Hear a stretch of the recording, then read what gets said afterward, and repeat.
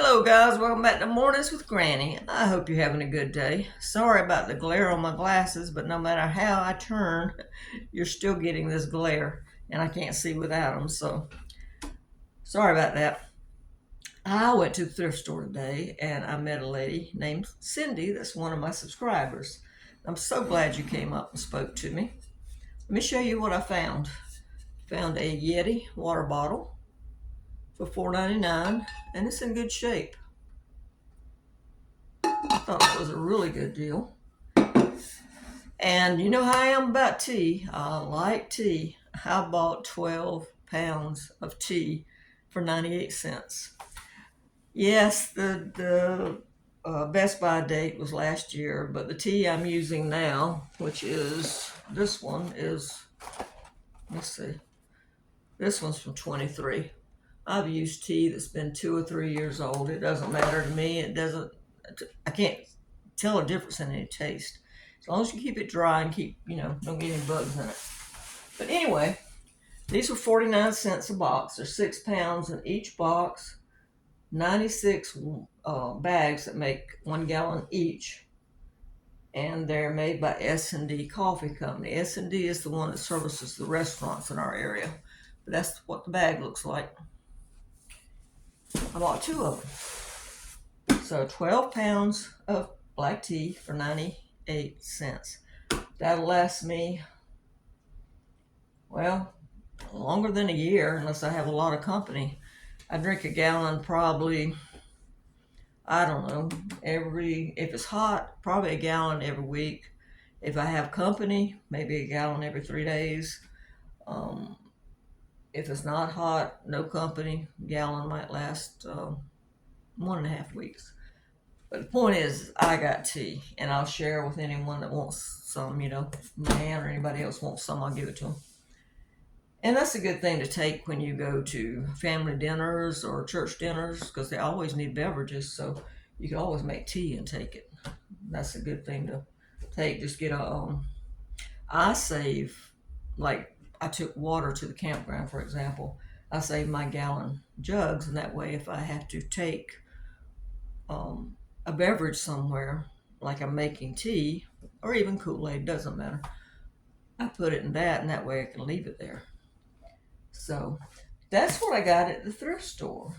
I spent $6, $5 for the Yeti, and then 98 cents for my tea. We had a great time camping. I tell you what, those girls made me feel so welcome. They were younger than me by a few years, but they just, when you meet people and you've never, been around them, you don't know what to expect. You sometimes get in situations where you don't, I guess the word I'm looking for is click. It's like pulling teeth, in other words, to get someone to get into a conversation with you. You keep searching for things that they finally will start talking about. But not with these girls. I mean, they made me feel like I had known them all my life. One of them I had talked to on the phone and text with, and the other lady was a friend of hers. And they were just fantastic ladies. I mean, they made me feel welcome. We felt like we had known each other all our lives. We talked about everything from our past to our kids to our dogs to our car, camping, food, whatever. The conversation flowed easily. And that was great. And we got along so well. I liked the spot that we had. We had a tent spot at Lake Jordan. They have 1,000 campsites. Now, where we were at, we didn't have water or power. They did have water pumps at the bathhouses. We were probably about 5 or 6 sites from the bathhouse.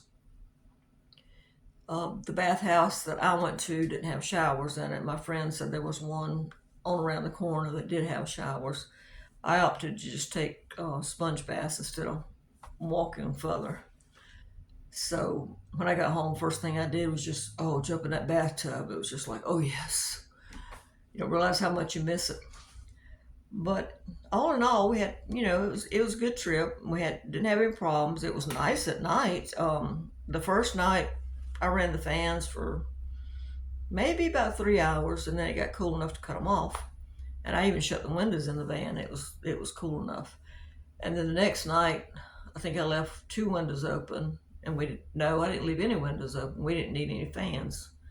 And then the last night before we left, it was about the same temperature, but it was starting to get that sticky, humid feel, that you get like being in a steam bath because rain's starting to come in. And so I had to run the fans all night and leave the windows open in the van. Gizmo did fantastic. It was cool enough there with that breeze coming off the lake during the day that I could leave the doors open on the van, and he had his cooling pad to lay on and his fan and water, and he was stretched out and he was fine. He wasn't panting, he wasn't hot. I checked on him, he was fine. I took him out and put him in a stroller for part of the time, and he had a cooling pad in it, and I'd set his water in there, and he just lay down on that cooling pad and go to sleep. And I let him sit there, with us and watch the lake. Like I said, he went to sleep, he didn't care. He was comfortable, in other words. If it had been too hot or something, he couldn't sleep. And it was great sitting there by the lake like we were, because we could see the boats and the jet skis, and there's some out there on paddle boards, and some people out fishing, and we sat there and watched the birds. And it was just, I think I told you and showed you in the last video that black-capped chickadee had a nest in that hole in that stump. And it was just relaxing, very enjoyable. We just threw together our meals. We, had sandwiches, salads, stuff you didn't have to do that much to. The ladies cooked bacon and eggs one morning, and I enjoyed that.